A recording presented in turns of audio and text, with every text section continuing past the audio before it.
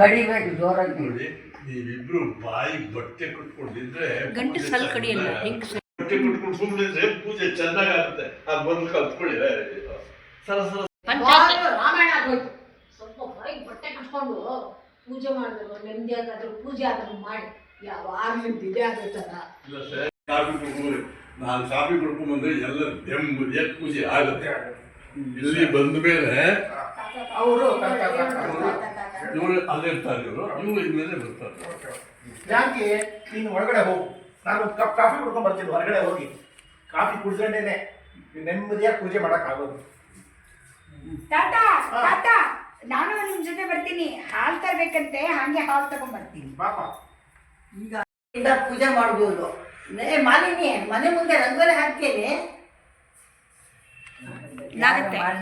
ಅವ್ರ ಅಮ್ಮ ಅದನ್ನ ನೋಡ್ಬಿಟ್ಟು ಬೈದ್ಲು, ಪಿಜ್ಜಾಗಿದ್ದಕ್ಕ ಮೆಸೇಜ್ ಮಾಡಿದ್ರೆ ಅಂತ.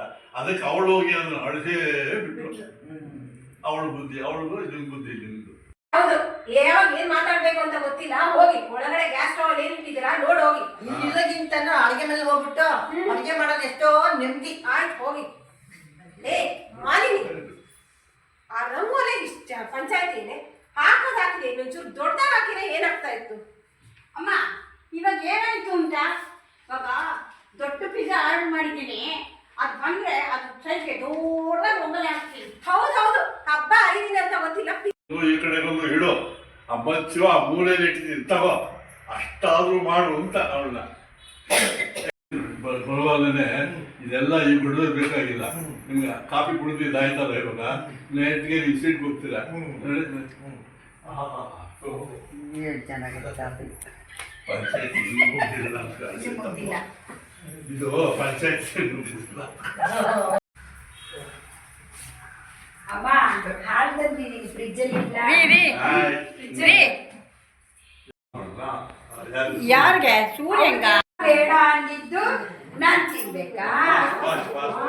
ಆ ಕಡೆ ಹೋಗು, ಆ ಕಡೆ. ನಿಮಗೆ ಅದು ಇಷ್ಟ ಇಲ್ಲ ಮುಂದಾನೆ. ಪಿಜ್ಜಾ ಗಿಜ್ಜಾ ಬಿಟ್ಟು ಬೇಡ, ಬೇಡ ಅಂದಿದ್ದು ನಾನು ತಿನ್ಬೇಕಲ್ವಾ? ಯಾಕೆ ಇವ್ರು ತಿಂದು ಏನಾಗುತ್ತೆ, ನಮ್ದೇ ತಿಂದು ಅನ್ಬೇಕಾ? ಯಾಕೆ ಕಿಟ್ಕಟ್ ಬಿಟ್ಟು ಬೇರೆ ಇಲ್ಲ ನನಗೆ. ಆ ಪಿಜ್ಜಾ ತರಿಸಿ ನೋಡು, ಎಷ್ಟು ಬೇಗ ತಿಂದು ಬಿಡ್ತೀನಿ ಅಂತ. ಅದು ಬೇಗ ಹೋಗುತ್ತೆ ಗೊತ್ತಾ? ಈ ಉಂಡೆ ತಿನ್ನೋಕ್ಕೂ ಆಗಲ್ಲ. ಅದೇ ದೇವ್ರ ಮುಂದೆ ಇಡು. ಅಕ್ಕ ನೀನ್ ತಿನ್ನೋಗಿದ್ದು ತಿನ್ನು, ಇಲ್ಲ ಅದೇ ದೇವ್ರ ಮುಂದೆ ಇಡು. ದೇವ್ರು ನಾನ್ ತಿನ್ಬೇಕಾ? ನಾನ್ ತಿನ್ಬೇಕಾ?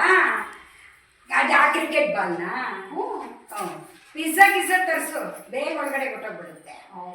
ಈ ಕಲ್ಲುಂಡೆ ಒಳಗೋಗಲ್ಲ. ಅಕ್ಕ ನೀನ್ ತಿಂತೀಯಾ? ಇಲ್ವಾ? ದೇವ್ರ ಮುಂದೆ ಇಟ್ಬಿಡು, ದೇವ್ರು ನಿಧಾನವಾಗಿ ತಿನ್ಕೋತಾನೆ. ಯಾವತ್ತು ಬೇಕಾದ್ರೂ ತಿನ್ಬೋದು ಅಕ್ಕ. ಇವ್ರು ಎಲ್ಲ ತಿಂದೇ ಇರೋದನ್ನ ನಾನ್ ತಿನ್ಬೇಕಾ? ಆ ಕ್ರಿಕೆಟ್ ಬಾಲ್ ಉಂಡೆನ ಅದೆಲ್ಲ ಕ್ರಿಕೆಟ್ ಬಾಲ್ನ ನನಗೆ ಪಿಜ್ಜಾ ತರಿಸು, ಬೇಗ ಒಳಗಡೆ ಹೋಗುತ್ತೆ. ಅದು ಸಾಫ್ಟ್ ಆಗಿರುತ್ತೆ. ಈ ಕಲ್ಲುಂಡೆ ತಗೊಂಡೋಗಿ ಡಬ್ಬದಲ್ಲಿಟ್ಟು ಬೆಳಗ್ಗೆ ಇದ್ರೆ ನೀನ್ ತಿನ್ನು ನೀನ್ ತಿನ್ನು ನೀನ್ ತಿನ್ನು ಕೇಳ್ತಾ ಇರ್ಬೇಕಾಗತ್ತೆ. ಅದ್ರ ಬದಲು ಅಕ್ಕ ನೀನ್ ತಿಂತ್ಯಾ? ಅದಕ್ಕೆ ದೇವ್ರ ಮುಂದೆ ಇದ್ರು, ದೇವ್ರಿಗೆ ಯಾವಾಗ ಬೇಕೋ ಅವಾಗ ನಿಧಾನ ತಿನ್ಕೊತಾನೆ. ಮಾಲಿನಿ, ಏನಮ್ಮ ನೀನು ಹೀಗೆ ಮಾತಾಡ್ತಿದ್ಯಾ? ಸೂರ್ಯನ ಪ್ರಭಾವದಲ್ಲೇ ಈ ಪ್ರಪಂಚ ಎಲ್ಲ ನಡೀತಾ ಇರೋದು. ಗಾಳಿ ಬೆಳಕು ಬೆಳೆ ಎಲ್ಲ ಆಗ್ಬೇಕು ಅಂತಂದ್ರೆ ಸೂರ್ಯನ ಪ್ರಭಾವ ಇರ್ಲೇಬೇಕಲ್ವಾ? ಅಷ್ಟೇ ಅಲ್ಲ, ಅದೆಲ್ಲ ಇಂಪಾರ್ಟೆಂಟ್. ಇದು ಇಂಪಾರ್ಟೆಂಟ್. ಇಂಪಾರ್ಟೆಂಟ್ ಏನು ಅಂದ್ರೆ ಇವಳು ಹೇಳ್ತಾರೆ ಗೊತ್ತಮ್ಮ, ಹೂನಮ್ಮ. ನೀವು ಅದಕ್ಕೆ ಜಾಗ ಬಿಡಿ.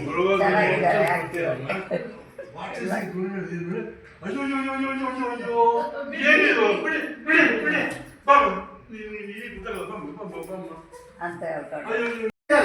ಮೈಯೆಲ್ಲ ಶೀತವಾಗ್ಬಿಟ್ಟಿರುತ್ತೆ. ಅದಕ್ಕೋಸ್ಕರ ಜನವರಿನಲ್ಲಿ ಏನಾಗುತ್ತೆ, ಸೂರ್ಯನ ಶಾಖದಿಂದ ಮೈಯೆಲ್ಲ